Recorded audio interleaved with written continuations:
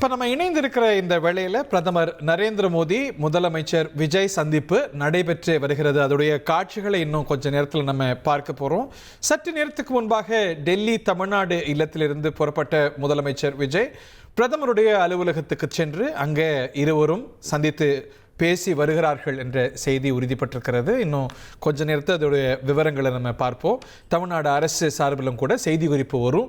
என்னெல்லாம் விஷயங்கள் மெமரண்டமாக கோரிக்கை மனுவாக வழங்கப்பட்டது என்ற விவரங்கள் வரும். பிரதமர் அலுவலகத்திலிருந்து இந்த சந்திப்பு குறித்த குறிப்போடு படங்களும் காட்சிகளும் வரும். அதெல்லாம் நம்ம எதிர்நோக்குவோம்.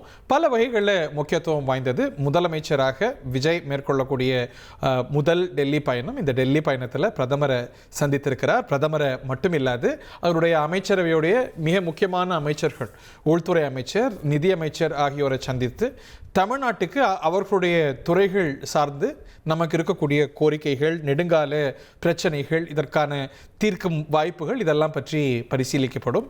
இது முக்கியமாக ஒரு ஐஸ் பிரேக்கிங் மீட்டிங் தான். எல்லா முதலமைச்சர்களும் ஆட்சிக்கு வந்தவுடன் மேற்கொள்ளக்கூடிய ஒரு சந்திப்பு தான். அவருடைய முன்னத்தியர்கள் தமிழ்நாட்டில் அனைவரும் செஞ்சுருக்கிறாங்க. அது இந்த மாநிலம் அந்த மாநிலம், பாஜக ஆள்ற மாநிலம் ஆளாத மாநிலம், இந்த கட்சி அந்த கட்சிங்கிறலாம் பேதம் இல்லாமல் இது ஒரு மரபு. ஒரு புதிய அரசு மாநிலத்தில் அமைந்தவுடன் நாட்டுடைய பிரதமரை சந்திப்பது என்பது முக்கியமானது. ஏன்னா நம்முடைய அமைப்பு என்பது மத்திய அரசுக்கும் அதிகாரம் கொண்ட அம்சங்கள் உண்டு. ஒரு ஸ்டேட் லிஸ்ட் உண்டு, யூனியன் லிஸ்ட் உண்டு, கன்கரண்ட் லிஸ்ட் உண்டு. ஸோ இதெல்லாம் சுமூகமாக நிர்வாகத்தை வழிநடத்த மத்திய அரசுடைய ஒத்துழைப்பு ரொம்ப அவசியம் என்ற அடிப்படையில் எல்லா முதலமைச்சர்களும் மேற்கொள்வாங்க இந்த மாதிரி சந்திப்பை. அண்டை மாநிலமான கேரளாவில் புதிய அரசு அமைந்திருக்கிறது. அந்த மாநிலத்துடைய புதிய முதலமைச்சர் நேற்று பிரதமரை சந்தித்து பேசியிருக்கிறார். அவரும் இப்படி அவருடைய மாநிலத்துடைய கோரிக்கைகளை வலியுறுத்தி இருக்கிறார். வெஸ்ட் பெங்காலில் பாஜக அரசு அமைந்திருக்கிறது. சுவேந்து அதிகாரி அவரும் போய் பார்த்திருக்கிறார். ஸோ இது ஒரு தொடரக்கூடிய மரபு. இதில் இருவரும் பரஸ்பரம் ஒரு உறவை உருவாக்கி இருப்பார்கள். ஏன்னா அவர்கள் தொடர்ந்து இந்த respective capacities as the heads of the government of the nation and the state அவங்க அந்த உறவை வரக்கூடிய காலங்களில் தொடரணும் என்ற அடிப்படையில் அந்த உறவுக்கான அடிப்படைகளை வைப்பாங்க. நம்முடைய திரு ஜீவ சகாப்தன் இணைந்திருக்கிறார். ஜீவா, இப்போ நம்ம கடந்த திமுக அரசில் இருந்தபோது மத்திய மாநில உறவுகள் எப்படி இருந்திருக்குங்கிறத பார்த்தோம். வெவ்வேறு காலங்களில் வெவ்வேறு துணிப்பட்டிருக்கிறது. இந்த அரசில் மத்திய மாநில உறவுகள் எப்படி இருக்கும்னு நினைக்கிறீங்க? பொதுவாக தமிழ்நாடு என்பது டெல்லியுடன் போராடுவது அப்படிங்கிற விஷயம் தான் தமிழ்நாட்டுக்கான அழகாகவும் சிறப்பாகவும் தான் இருக்கு. இந்த இணைந்து போவது அப்படிங்கிற ஒரு கான்செப்ட் காமராஜர் காலத்திலே பல நேரங்கள்ல ஒரே கட்சியா இருந்த போது கூட எடுப்பட்டதுல தட்சிண பிரதேசமா இருக்கட்டும், குலக்கல்வி திட்டம் அங்க ராஜாஜி கொண்டு வந்தாங்க. பொதுவாக நிறைய டெல்லியினுடைய விஷயங்களை காமராஜர் அவர்களே பெரிய லெவல்ல இது பண்ணல. இன்னும் சொல்ல போனா இந்திய எதிர்ப்பு இந்த மாதிரி விஷயங்கள்லாம் காமராஜர் இருக்காரு, அதனால எப்படியும் கொண்டு வர விட மாட்டாரு அப்படின்னு பெரியார் நம்பி காமராஜரை ஆதரித்த காலகட்டங்கள்லாம் உண்டு. 65 திமுக எதிர்த்த போது கூட காமராஜரை பெரியார் ஆதரித்தார். சோ டெல்லியுடன் ஒரு சமர் புரிவது அப்படிங்கிற ஒரு கான்செப்ட்ங்கிறது சுதந்திர இந்தியாவுக்கு பிறகு தமிழ்நாட்டுல வழக்கமாவே இருக்கு. அதன் மூலமா தான் ஜெயலலிதா ஒரு மிகப்பெரிய தலைவரானார். நீ இன்னும் பாத்தீங்கன்னா எம்ஜிஆரா ஜெயலலிதான்னு பார்த்தா டெல்லியோட அதிகமா சண்டை போட்டது ஜெயலலிதா தான். எம்ஜிஆர் ஒரு இணங்கி போனவர்னு சொல்லுவாங்க. ஆனா அவர் கூட இந்த கடைசி நேரத்துல மன்னன பிரச்சனை, ஈழ பிரச்சனைல உங்களுக்கு பிரபாகரனுக்கு 5 கோடி கொடுத்தது போன்ற விஷயங்களை ராஜீவ்காந்தியோட பகிர்ந்துக்கிட்டாரு. இந்திய அமைதிப்படை அனுப்புறது போன்ற பல்வேறு விஷயங்கள்ல டெல்லியோட அவர் கொஞ்சம் முரண்பட்டாரு கடைசி காலகட்டங்கள்ல. ஆனா ஜெயலலிதா அம்மையார் காமன்வெல்த், மன்மோகன் சிங், ஈழ பிரச்சனை இதுலெல்லாம் போட்டு டெல்லியை படாப்படுத்திட்டாங்க. பிஜேபி காங்கிரஸ் ரெண்டையும் பாடாப்படுத்தினது ஜெயலலிதா அம்மையார் தான். வாஜ்பாய் ஒரு 13 நாள் கழிச்சு நான் நிம்மதியா தூங்க போறேன்னு சொன்னது, தூங்க விடாம கெடுத்ததே ஜெயலலிதா அம்மையார் தான். இப்படியாக டெல்லியில் யார இருந்தாலும் சமர் புரிவது, எதிர்த்து கேள்வி கேட்பது, வம்பு பண்ணுவது என்பது மட்டுமே தமிழ்நாட்டினுடைய அடையாளமா இருக்கு. முக்கியமான விஷயங்களுக்கு நம்ம குரல் கொடுக்கணும். ஆனா வம்பு பண்றது ஒரு நடைமுறையா இருக்க கூடாது. உறவுக்கு கை கொடுப்போம், உரிமைக்கு குரல் கொடுப்போம் அப்படின்னு அது ரெண்டுமே இருக்கணும். அதுதானே அவசியம். கூட்டணி வச்சாங்க. கூட்டணி வச்சு 3 வருஷத்துல திமுக உடைக்கிற வேலையும் டெல்லி பார்த்துச்சு. அது அவ்வப்போது பவர் பாலிடிக்ஸ்ல 2 கட்சியுமே காம்ப்ரமைஸ் பண்ணிருக்காங்க. அமைச்சரவையிலையும் பங்கு வச்சிருக்காங்க. இந்த காம்படிஷன் எந்த அளவுக்கு முக்கியமோ கார்ப்பரேஷனும் அவசியம் படுது இல்ல? அது எந்த அரசு இருந்தாலும் ஏதோ ஒரு லெவல் ஆஃப் அதாவது டெல்லியில யார் இருந்தாலும் இந்திய திணிக்கிறாங்க, சமஸ்கிருதத்தை காங்கிரஸ் இருந்தாலும் தெரியுங்களா. இடஒதுக்கீடு வரும்போது காங்கிரஸும் எதிரா இருக்கு, பாஜகவும் எதிரா இருக்கு. இதுல இருந்து கொஞ்சம் மாறி ராகுல் காந்தி வருவார்னு எதிர்பார்த்தோம். அவரும் அந்த அளவுக்கு பெரிய லெவல்ல இல்ல. இப்ப வேற ஒண்ணும் இல்ல. இவர் உயர்கல்வித்துறை அமைச்சர் காங்கிரஸ் அமைச்சர் என்ன சொல்லியிருக்காரு?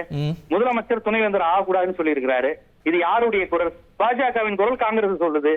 அப்ப பொதுவா மாநிலங்களுக்கு அதிகாரம் வந்துவிடக்கூடாது என்பதுதான் தேசிய கட்சியினுடைய நோக்கம். அது பாஜகவா இருந்தாலும் காங்கிரஸா இருந்தாலும். அதனால இங்க டெல்லியில யார் இருந்தாலும் போராட வேண்டிய நிலைக்கு திராவிட கட்சிகள், ஜெயலலிதா, கலைஞர், எம்ஜிஆர் எல்லாருமே தள்ளப்பட்டுறாங்க. நிதி தர மாட்டாங்க, பேரிடர் நிவாரண நிதி தர மாட்டாங்க, எல்லாத்தையும் கேட்க வேண்டியது இருக்கு. மாநில திட்ட கமிஷன் ஒண்ணு அமைச்சு நமக்கு வந்து ஜிஎஸ்டி இந்த வரி குறைப்பதுல கேட்கிறோம். உங்களுக்கு ஹிந்தி பேசுற மாநிலத்துக்கு மட்டும் தான் எல்லாத்தையும் தருவாங்க, தென்னிந்தியாவுக்கு தர மாட்டாங்க. குறிப்பா தமிழ்நாட்டுக்கு ரொம்ப வஞ்சிப்பாங்க. அதுல அவங்க கவர்மெண்ட் ஆட்சி இல்லைன்னா ரொம்ப பாதிக்கப்படும். காவிரி பிரச்சனையில இது வரைக்கும் தமிழ்நாட்டுக்கு யார் இருந்தாலும் நீதி கிடைச்சதே கிடையாது. அப்படி எல்லா பிரச்சனையும் இருக்கும்போது சமர் புரியறவன் மட்டும்தான் கதாநாயகன் ஆவான். அப்படிதான் கலைஞர் கதாநாயகன் ஆனாரு, அப்படிதான் ஜெயலலிதா அம்மையார் ஹீரோ ஆனாங்க. அந்த விதத்துல விஜய் அந்த அளவுக்கு சமர் புரிந்து இது பண்ணி எங்க ஜிஎஸ்டி, எங்க நிலுவைத்தொகை, எங்களுடைய மெட்ரோ, பிஎம்சில கையெழுத்து போட மாட்டோம் போன்ற விஷயங்களில் மாநில உரிமை. ஏன்னா அவர் பெரியாரிஸ்ட்னு சொல்லிக்கிறாரு விஜய். நான் திராவிட கொள்கை தான், நானும் திராவிடம் தான், நான் தான் உண்மையான பிஜேபி எதிர்ப்பாளர்லாம் சொல்லாரு அவ்வப்போது. அதையெல்லாம் அவர் செய்வாரா அப்படிங்கிறது நம்ம வந்து பொறுத்திருந்துதான் பார்க்கணும். அது எப்படி செய்ய போறாருன்னு தெரியல. இல்ல அது எடப்பாடி மாதிரி தான் அவர் இருப்பாரு, பிஜேபிக்கு பிடித்த ஒரு முதலமைச்சரா இருப்பாரு. அந்த வாய்ப்பு பொலிட்டிக்கலா அவருக்கு இருக்கா? இன்னைக்கு பிஜேபியோட உறவுல அதிமுக இருந்தது, ஆனா இன்னைக்கு அவங்க உறவு கொண்டு இருப்பதுங்கிறது காங்கிரஸ், இந்திய கம்யூனிஸ்ட், மார்க்சிஸ்ட் கம்யூனிஸ்ட், ஐஓஎம்எல். அவர் நினைத்தாலும் அப்படி இருக்க முடியுமா? அப்படி கேள்விதான் நம்ம கேட்கிறோம். பட் அவர் வந்து ஐஓஎம்எல்லையும் கம்யூனிஸ்டையும் பொருட்டாவே மதிக்கலையாங்க விஜய். நீங்க நல்லா கவனிச்சு பாருங்க, இவங்க எல்லாம் சேர்ந்து 120 நம்பர் வந்துருச்சுன்னா இவங்க சேர்ந்து அழகா பிஜேபி எதிர்த்து, டெல்லி எதிர்த்து, மதச்சார்பற்ற இடதுசாரிகள் விரும்பிய ஒரு ஆட்சியை மதிக்காமல அமைச்சரவையில் இடம் கொடுப்பாங்க. அதெல்லாம் இடம் கொடுத்து அவங்க மெயின்டைன் பண்ணாலும் இவங்களை வந்து அவங்க விரும்பல. இடதுசாரிகளை அவர் விரும்பல. இடதுசாரிகள் வந்து இருக்கணும், அது விரும்பல மீன்ஸ் வேணாம்னு நினைக்கல, இவங்களை மட்டும் நம்பல அவர். பட் அவருக்கு வேற வாய்ப்பு இருந்தது நம்ம பார்த்தோம்ல, அதை அமைச்சர் கூட வெளிப்படுத்தினார். அவர் நினைத்திருந்தா அதிமுகவுடைய ஆதரவை திரு எடப்பாடி பழனிசாமி கிட்ட ரீச் அவுட் பண்ணிட்டு ஒட்டுமொத்தமா பெற்றிருக்கலாம். அது ஒரு நல்ல நம்பரை கொடுத்திருக்கும். அந்த வாய்ப்பை மறுதளிச்சிட்டு எனக்கு தேவை ஒரு மதச்சார்பற்ற அணி, அவர் மறுதளிக்கல. அன்னைக்கு அப்படி ஒரு சிச்சுவேஷன் வந்தப்ப பேசப்பட்டதே லீமரோஸை வச்சு எடப்பாடி விஜய் கூட்டணி தான், நம்பர் குறையுது, என்ன பண்ணலாம்னா துணை முதலமைச்சர் மாதிரி மாறி மாறி இருந்துக்கலாங்கிற மாதிரி எல்லாம் கான்செப்ட் வரும்போது எடப்பாடி அதுக்கு ஒப்புக்கொள்ளல. அவர் இன்னைக்கு இந்த தரப்பு வைக்கிற கிளைம் என்னன்னா, நாங்க நினைத்தா அதை செஞ்சிருப்போம், அதை மறுதளிச்சோம், காரணம் எங்களுக்கு தேவை ஒரு மதச்சார்பற்ற அணி. அப்படி மறுதளிச்சு எதுக்கு 25 பேரை போய் பார்த்தாங்க? அந்த சாவாசமே வேணாம் நினைச்சவங்க, அவ்வளவு இதா இருக்கிறவங்க எதுக்கு போய் மரியாதை நிமித்தமா எல்லாரையும் பார்த்தவங்க கரெக்டா ஏடிஎம்கேல மட்டும் போட்டி டீமை போய் எதுக்கு பார்த்தாங்க? போய் சட்ட ரீதியான சிக்கலாயிருச்சு. கட்சி தாவல் தடை சட்டம், 10வது ஷெட்யூல், பல்வேறு இஷ்யூ தொங்குது தலைக்கு மேலும். வேற வழியே இல்லாம அமைச்சர் பதவி கொடுக்க முடியல, அவங்க முடிச்சுட்டு இருக்கிறாரு. வேற வழியே இல்லாம சில பேர் ராஜினாமா செஞ்சுட்டு சேர்க்கிறாங்க. இதெல்லாம் வந்து இவங்க மதச்சார்பற்ற முகமா?